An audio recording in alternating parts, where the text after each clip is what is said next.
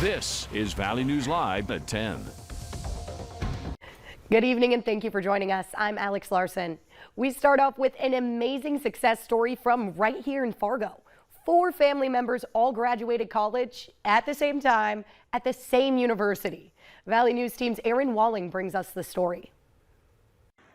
A family in the Fargo-Moorhead area pulled off an amazing feat this spring.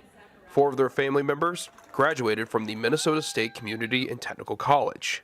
I don't really think I thought about it until graduation, but no, it's pretty neat. The Zachariasons saw mom Brandy and dad Rob with 2 of their daughters, Julia and Kate, donning the graduation robes to walk across the stage. It really settled in when we were sitting there graduation day. When we were getting ready to walk across the stage and we were all lined up in a row, that's when it really sunk in that we were about to graduate together, and this was a really special moment.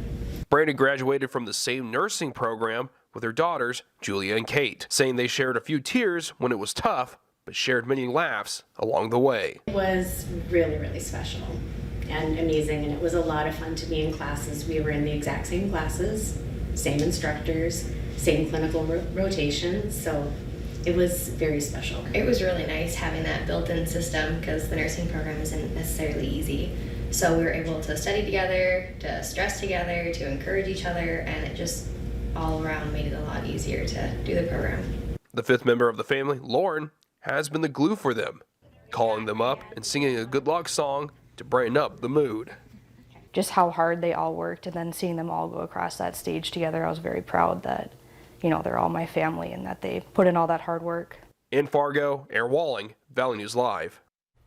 The 5th family member, Lauren Zachariason, is set to graduate in December from the same school. The leaked draft opinion of the Supreme Court's decision on Roe v. Wade has caused nationwide protests, with some in support or against the court's leaked draft. Jasmine Patera reports on a protest with pro-life and pro-choice groups at the North Dakota Capitol building. I'm the one helping them. What are you doing to help them? If you're going to bring them up. No, not talking. Action. The leaked draft opinion from the monumental Roe v. Wade case has sparked controversy around abortion in the U.S. In Bismarck, what started as a pro-life prayer service turned into a protest, as groups from both sides shared their voices on the topic. Different sides say that they're pro-choice, but the babies are not given a choice. They aren't given a choice to have life, and even say, hey, I wouldn't like to be murdered here. So we're here to speak for them. Members of the Capitol Heights Baptist Church aimed to worship God and share their beliefs with pro-choice activists. My foundation is that our trust is in God, and so if God chooses to give life, He has a plan and a purpose for every life. Pro-choice activists marched around the Capitol loop. My body, my choice. In my opinion, it's all about choice. It's like, am I exactly thrilled that a bunch of people are like getting abortions? No, but it's all about somebody's choice. Tension grew as protesters from pro-choice groups and this woman, who prayer organizer Keith Happip Jr. says is not a part of their event, began shouting at each other. More than 100 people were at the protest. Your master is a cruel master. The devil has blinded your eyes. North Dakota Highway Patrol stood by in case of violence. Not everyone is Christian! In Bismarck, Jasmine Patera, Valley News Live. Hundreds of other rallies and protests took place all over the U.S. this weekend, including Fargo and Grand Forks. Governor Doug Burgum proclaimed May 15th through the 21st as Aquatic Nuisance Species Awareness Week in North Dakota. Mike Anderson explains. Aquatic nuisance species are non-native plants, animals, or pathogens that can affect the ecology of our lakes and rivers and the economic and recreational value of those waterways.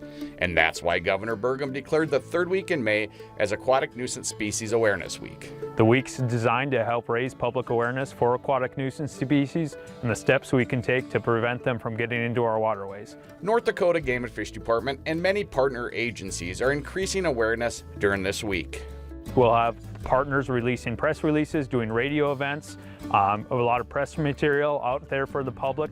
So stay tuned during the week and learn a little bit about aquatic nuisance species and what you can do to prevent them from moving in and through our waterways.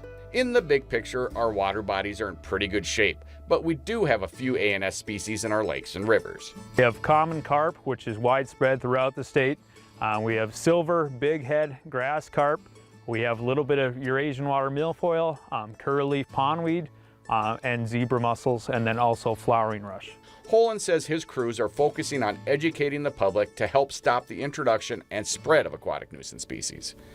We use mechanisms like digital marketing, social media, print advertisement, radio, television to get the word out about aquatic nuisance species awareness and just general clean, drain, dry.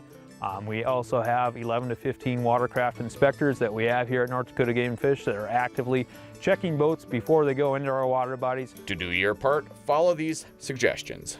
Remove all vegetation, any organic material, knock off any mud. Make sure your boat is completely dry.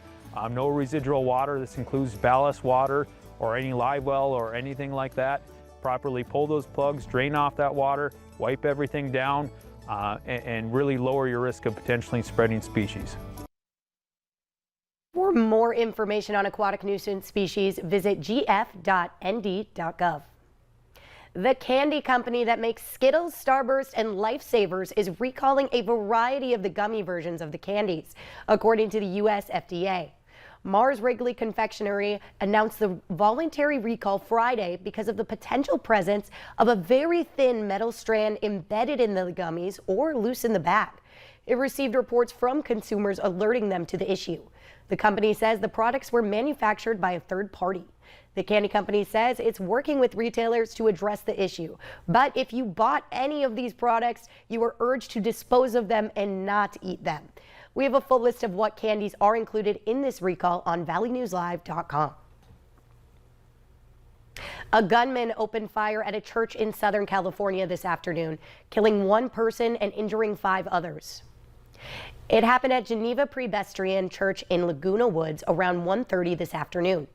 The Orange County Sheriff's Department released a statement on Twitter that 1 person was found dead at the scene, 4 others were critically wounded, and 1 person had minor injuries. All of the victims are adults.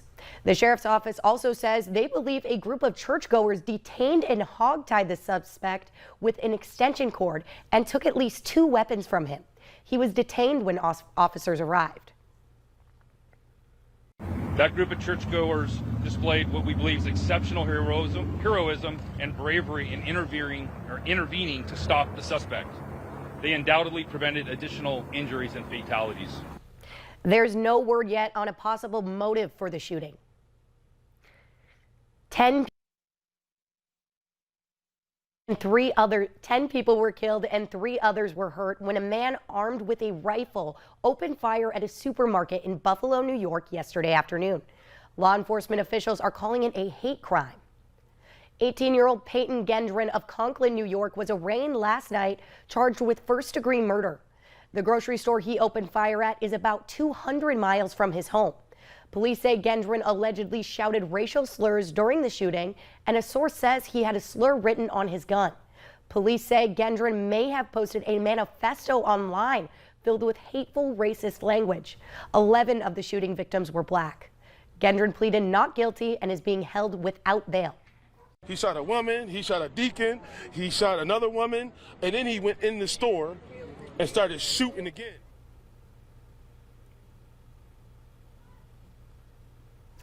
President Biden and the First Lady will be visiting Buffalo on Tuesday to speak with victims' families. Later on Valley News Live at 10, it was a tough weekend for cryptocurrency users. We'll tell you about the $200 billion crypto crash.